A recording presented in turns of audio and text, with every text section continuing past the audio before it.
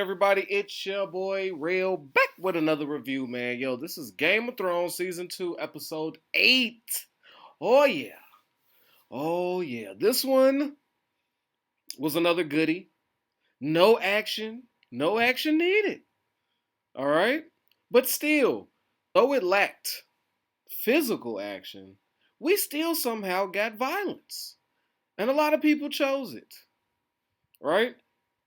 So, first and foremost, I'd like to start by saying, oh, Theon, the writing is on the wall, and you can't read.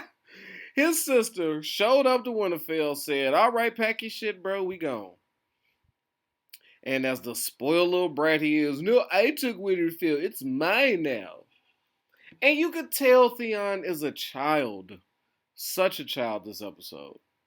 He exposes himself as just, ugh, right? I mean, like, look at him.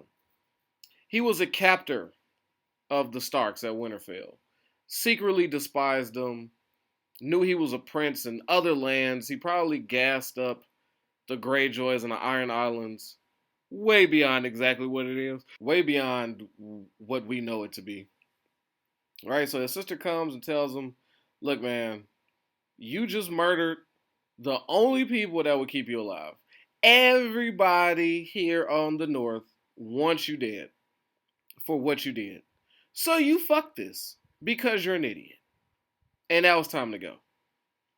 Right? And he's putting up this fight. No, I'm a Greyjoy. I take what's mine. And she's like, okay, all right. What I love about her sending her people out and having that conversation with him was A, because maybe he was feeling embarrassed. And she read that. Like, he's only going to fight me on this because there's an audience. You know what I'm saying? Maybe I'm embarrassing him and this ain't working. So let me send my people out and just talk to my bro. Then she just looked at him, shared a short story about how he was a baby, just wouldn't stop crying, annoying. I could see that, Theon, actually. That is, I mean, he hasn't stopped. He's still whining, crying, and being annoying. And she says, I want to kill you. I did. But you looked at me, you smiled, and you know what?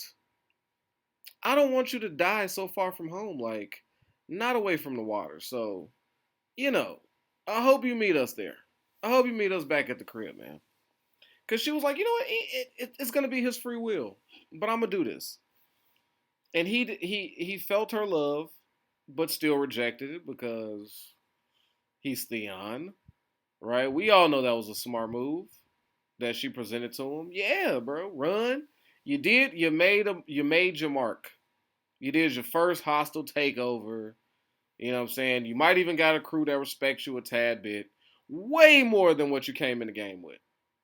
But some people just don't know how to take the wins for what they are and just dip. Right? So there he goes. Now he's running around. And as a child, he's telling the grown monster, hey, I got some gold for that farmer. You know what I'm saying? I know we, murdered his little orphan kids, but give him some gold. He'll be happy. And Buddy looked at him like, fuck you, gold? For what? The what? No. I believe my man said he's feeding the farm, which is such a dope reference for I murdered and buried him. He's pushing up daisies. I love the term feeding the farm. I know one of y'all are going to get in there and say, he said feeding the wheat or some shit. I don't know. I heard feeding the farm. And if he ain't said that, he said something close to it. And goddamn it, I like that term. And Theon's just looking shocked, like, what? And you hear him in the background talking about, hey man, if you want to silence somebody, you make them silent. Like you keep them from talking. What? So the naiveness of Theon to think that paying somebody, like, no. There's no good deed for you to do. There's no good gesture. You fucked up. And he's talking about, well, maybe we should just take the bodies down. Like, this is a little too much. And we're like, what? We're not gonna dig no graves for these motherfuckers, man. Look. Because he was just being lazy. He's like, man, the longer they stay up there, the more they'll respect you. Fuck it. Bask in it. Bask in your cruelty. All right? Because we're not digging no fucking holes. We're not digging no ditches. Not happening. And it's just he just has everything coming to him coming. Like we see the Meister there notices old girl and he finds out that the Stark children are actually alive. So that's awesome. So he's a happy man. Now he just got to pretend to be sad when he's around Theon for the short term because Theon got some shit coming his way and no soldiers to back him. So I don't know. I don't know. I just don't know. Fuck Theon. So that's where I'm landing on it. Arya. Arya is just special. She did what we all wish we could do. What we all wanted to do. You ever seen those where it's like, you ever had those conversations with people and you say, well, like if you had a genie and you had three wishes, like what would you wish for? And then when somebody gets to the third wish, the smart person would always say, well, what's your third and final wish? I'd wish for more wishes. Yeah. Like that's what you do. And everybody's like, oh damn, that was smart. I was gonna say a fucking Tesla. I was gonna say, yeah, I wish I, you know, end world hunger or something like that. But yeah, no, I like to wish for more wishes. So Arya actually pulled it. Okay, Jarka's like, yo, I look, a man has to leave, okay? A man is sick of your shit, girl. A girl must tell a man the final kill. And she's like, well, I told you. I need you to get it done. And he said, girl, a man cannot get this done. It's not gonna be, no. I would need time. I don't know. Come on. There must be another name. Come on, tell a man. Tell a man there's another one. I know there is. Come on, what do you want? And Arya in her geniusness pulls off the third genie wish. I will give you a name. Jarka de Thrahatata. Right? Told him to kill himself. And he's like, hey, stop playing. I love how he went from so cocky and eating his fruit and smirking about who he is and ain't gonna kill. Like he has these options. Like I was just like, wow. And when she says his name, he's like, oh. He's like, whoa, I just put this on the gods, new and old. Like, wait a minute. Don't say my name. Hey, unsay my name. That's not cool, man. Don't make me do this to myself. Come on now. Don't do that. She's like, yeah, if you can't do what I need you to do, then fucking off yourself. What the fuck do I give a shit? All right? Kill yourself. And then he's like, wow. He was like, oh, well, okay, maybe you can do something. Free me and my friends. Free us. Get us up out of here. Right? And he's like, no, I'm not. No, I can't. No. She's like, okay, I'll say your name again. I love how he's just like, you're, what do you call her? Got no honor. You're dishonorable. And I'm like, look who you talking to. Arya's going through the shit, calling her dishonorable. She's a survivor. And at midnight, her and her crew dipped. And that's where I mean that there was the violence. So we didn't get to see Jarka kill any of them, but the way he positioned those dudes was awesome. Made it look like they were still at their post, hard at work, and they were big dead. So therefore, it allowed Arya, Fat Boy, and the bastard Baratheon to take their exodus from Harrenhal. Right, and Tywin. That scene with Tywin in the room trying to figure out what the fuck do we do. We got Stannis coming to the castle. He's about 2 days away, coming to King's Landing. He's about to fuck shit up. We got that. Then we got the wolf at our back, the Stark boy. He ain't took no L, so he's willing to get risky. He ain't lost a battle. Young and is not a loser. So I got some problems. And Tywin, you just see him working it out as people presenting, oh, just have Joffrey run away or just give him King's Landing. We'll figure this out later. I'm surprised Tywin let him get that off. I just knew like a swift backhand was coming his way. But like, no. He's like, no, a Lannister is not finna run. Okay, he's gonna stand there and fight. Right? He's gonna figure this shit out. I don't know how, but they're gonna get it done. And as he's working it out, he's like, you know what? Fuck it. Let's just take off marching tonight. Now, I believe they're heading to King's Landing, if I'm not mistaken. I don't know which way he said he was headed. After Jon Snow or toward King's Landing. I think he's going towards King's Landing. Right? But either way, when Tywin left, so did Arya. And that's the end of the Arya and Tywin relationship, which was something I was falling in love with. Their conversation was amazing. I don't think they ever spoke again.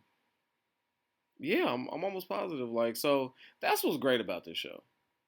You get these really in-depth conversations. You get this character chemistry going for multiple episodes, and then they will never speak again. Maybe share a look somewhere, but never hold another conversation again. So every dialogue is a precious one.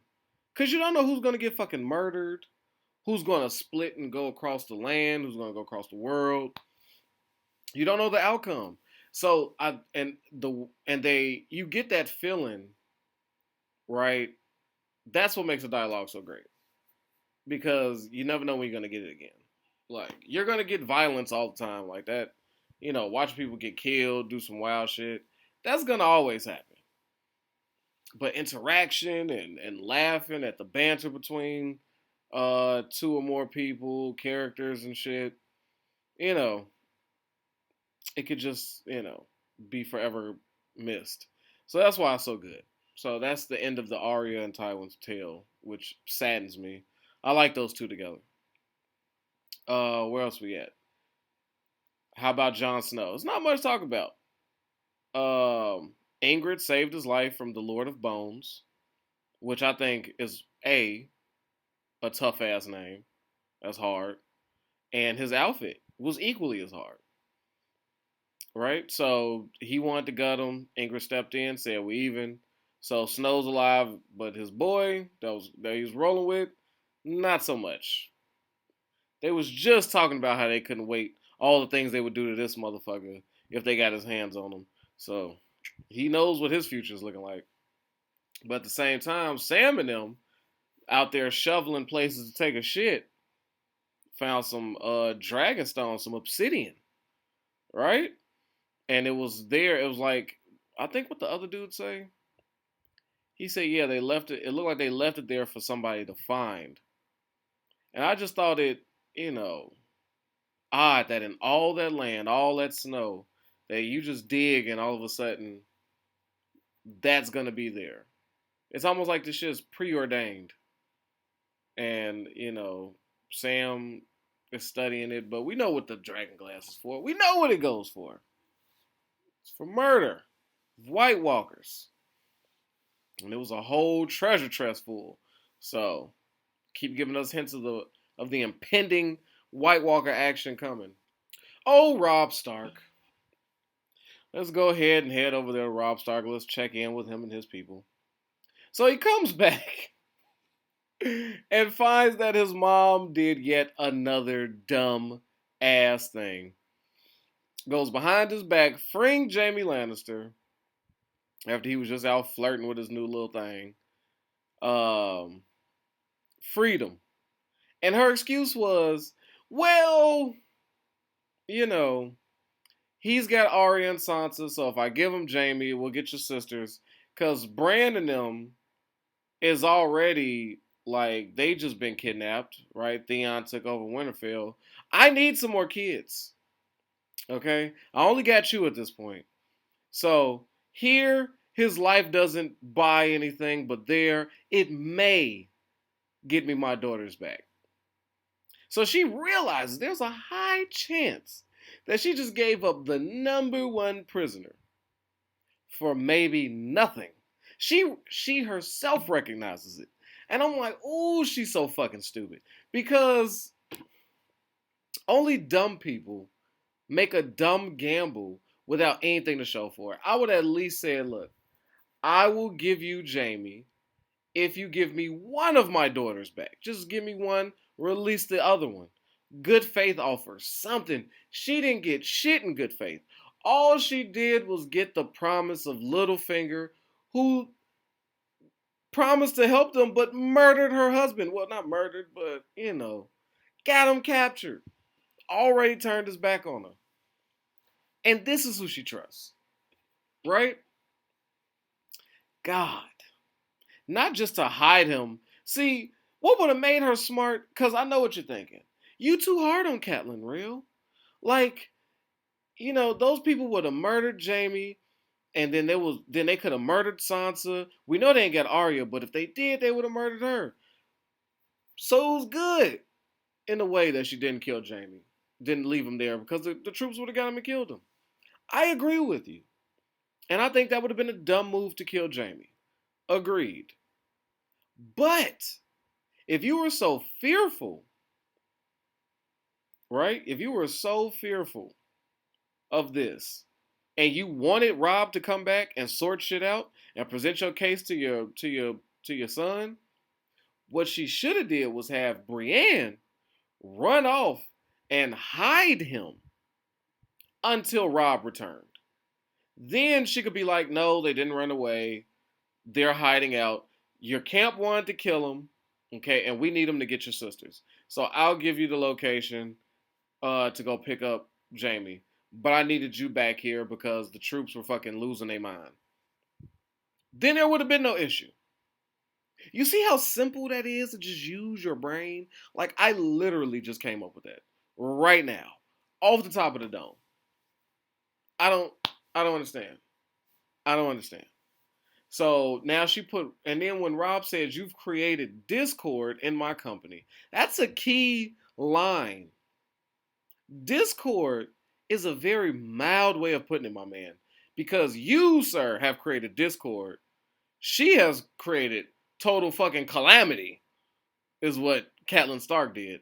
You've sown the discord seeds by constantly showing mercy to prisoners, making your fighting men break bread with those they've defeated that they could give a fuck about. That's discord. That's a difference of opinion. That's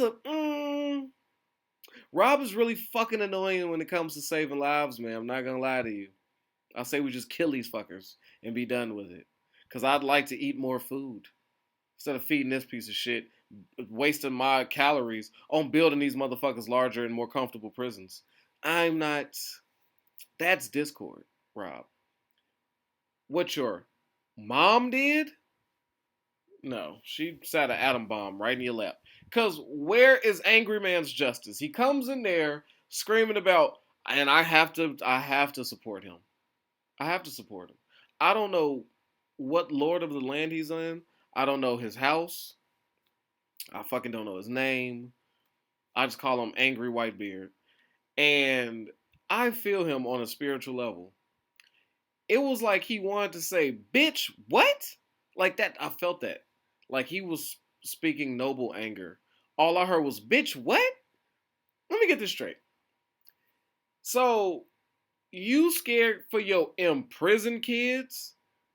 So you do all this bullshit? Meanwhile, I lost both my sons for your son, one of which, the motherfucker you freed killed. I would give my heart to the gods if I knew my sons could come back to life as prisoners. They're living the great life, bitch. What? And I was like, damn, that's a hell of an argument. Not even an argument, really. Just one firm fucking fact. Oh, and her face. The beauty of her just. But Jamie's death won't bring your sons back to life. I appreciate your pain. Appreciate my pain? What? I was like, ooh, she done fucked Rob up, Lord. Oh. And Rob is just sitting there like, this is treason. He called his mother treason. Treacherous. She's a treasoner. One of those things. And I was just immediately thinking like, is he going to have to kill his mom? Because I would have, what if, hear me out. I know it's a little rough. But if Rob was able to kill his mom for her actions, I think he would have submitted himself as like that dude. Because he could at least went around and told everybody like, yo, check this out. My mom fucked y'all over. Jamie's gone. And y'all got to keep these prisoners. I understand. So what I'm gonna do is I'm gonna kill my mom, and we're all leaving. And I think that would have worked. Harsh, sure. Stark on Stark violence, of course. Would it ever happen? Never. Smart play though. Tywin would have considered it, but he is also super family first, so he wouldn't have killed a Lannister. But a Greyjoy for sure. Greyjoy would have did that. Who? What other house would have did that? The Greyjoys would have definitely murdered their own for that type of deal. The Baratheons already murdering their own, so yeah, Stannis Baratheon need 100%. They're a family murdering bunch for sure. They would have made that work. So yeah, now Rob is fucked, and then he ends up getting fucked by a girl who just, you know, what I love about Game of Thrones, right? I was just noticing it in this episode. Like, how many times have I seen this happen? Matter of fact, any medieval show, movie, you know, the funniest, best scenes in any of all those movies is it the cutting off the heads? Nope. Is it the witty banter, the dialogue that Rail loves so much? Nope, that's not that. It's not that. It's the awkward walking out of the king's tent or the whatever, whoever runs the shit room when a lady shows up. Like when Rob and Buddy was in there talking strategy about what to do next, and a girl walks in and he's like, "Oh, milady," and he looks back and forth and he goes, "Let me stop this little war talk about prisoners and mercy about Theon. Let me just stop this important shit. It looks like he's about to get fucked, so I'm gonna just walk out of here. I'm gonna give one more glance back at Rob. Good man, and I'm leaving out the room." That's the best. That is the absolute best. It happens every single like medieval anything. When a chick walks in, everything stops. And they all do that uncomfortable, "Oh, milady, yes, it's fuck time. Oh, yeah, what time is it? Oh, yeah, it's time for the king to get fucked. I'm just gonna awkwardly gather my sword and adjust myself, and I'm gonna walk on out the fucking tent." Like, everybody knows it's about to happen. I love it. Or the, "Would you excuse us?" There's always that. "Would you excuse us?" Right? And they go, "Oh, yes, of course, fucking. Yes, fucking, of course. You're excused. Let's get out of here. Let's pretend like there's not about to be some ass everywhere." I just love that shit. It always happens. And I look for it every time because I don't know, I'm a loser. It just really tickles me. Uncomfortable that, I mean, have you just imagine that? Imagine you and your boy. As a matter of fact, that's probably happened. Imagine you and your boys on the couch talking shit like, "Hey man, you saw Bitcoin has dropped down to this much? Yeah, that's crazy. You know what I do? I'll wait till that motherfucker drop this low. We should buy this much, and then me and you go in on the." And then his girl walks in like, and then you gotta go. You read the room real quick and go, "Oh, you know what? It's about that time for me to leave, right? All right, Susan, nice to meet you again, my boy. Fist up. Okay, there's some fucking going on. Let me just get off this couch, grab my shit, and it's gonna walk out awkwardly." It's always awkward. I love to see everybody's reaction to it. That's the best part. Man, I just went on a whole diatribe about that for no reason. But yes, so he ended up getting fucked. I think that's where I left off. And he's all in. Now that man's in love. Rob is smiling hard. She's been the only person to put a smile on Rob's face. And the way she said that whole, "I hope the bridge you're buying is beautiful." I was like, "Oh, nope, it's not, because you ruined it." And it's just all leading to that faithful episode that we all know is coming. Oh, I don't know if I can rewatch that. But we can see the things. I love re-seeing how we get to this point and how it could have been oh so avoided. All right, now at King's Landing. Tyrion versus Cersei again. Last episode, they shared a tender moment. And it's like it's completely forgotten. It is all for naught. Right? I love so many things between Cersei and Tyrion. I love that, every move, every strategy that Tyrion comes up with, Cersei immediately places the murder of her children as part of his plot. You only want Joffrey out there so he could get murdered. And it's like, no. If the people see the king, see that he's not afraid, that'll give them some extra oomph to fight. He's gonna be fucking protected. We're not gonna let him onto the. We're not gonna put him in the front. Like, no. He's gonna be in the back. But he has to show himself, like, show some balls. He's not trying to murder him. And I'm not gonna go over this sending your daughter away shit again. Like, not gonna have this conversation. So it doesn't matter what plan Tyrion comes up with. Cersei is going to equate it to him trying to murder her kids. Now, the Joffrey one I could see. Her daughter, no. No. But Joffrey, that would be genius. And I love how when Cersei smiles, that is fucking terrifying to all parties involved. Tyrion's like, why you so happy? No, when she was like, he's like, what the fuck is going on with you? Like, nothing, I'm just happy. And his immediate concern for her happiness, like, wait, what? Like, why? Are you happy? Like, what the fuck? What did you do? That's a what the fuck. Why is Cersei smiling? That's not good. And she goes and says how she found his whore. I told you, bitch nigga, that I was gonna get mine back for my daughter. Oh yeah, I got her. Guards, bring her in. Mm-hmm. And I love that whole him trying to play it off like she's just a whore. Yeah, fine, whatever. I rent them. I don't buy them. Trying to sound like a real pimp. And she like, bro, you're a better liar than that. Like, come on, I know you love this woman. I could tell. And in a moment, we all think Shay walks in. It's the redhead chick who's been through a lot, by the way. She doesn't deserve anything that happened to her. I bet her ass wish she stayed up north, whoring in the backyards like she used to. Right? See that? See what you end up doing? So, and then Tyrion sees it's not her, but all his acting. It's like he did a double acting. It was the inception of acting. He was acting while acting. Ooh. You see what I did there? Did you see what Tyrion did? He went over to her and was like, oh, he wanted to show that, thank God that's not my woman. But I need Cersei to get this win. I think I spoke about this. Tyrion knows when to give the W. And this was the time. He's like, oh, I'm sorry what happened to you, which is true. So he did. Tyrion, in his lying, he dipped into a sincere place in himself for just another human being so that it could be presented authentically. He authentically is sad that this is happening to her. He is authentically telling her, I'm going to make sure that you get out of this, that you're going to be safe. Don't you worry. I got you. He means that shit.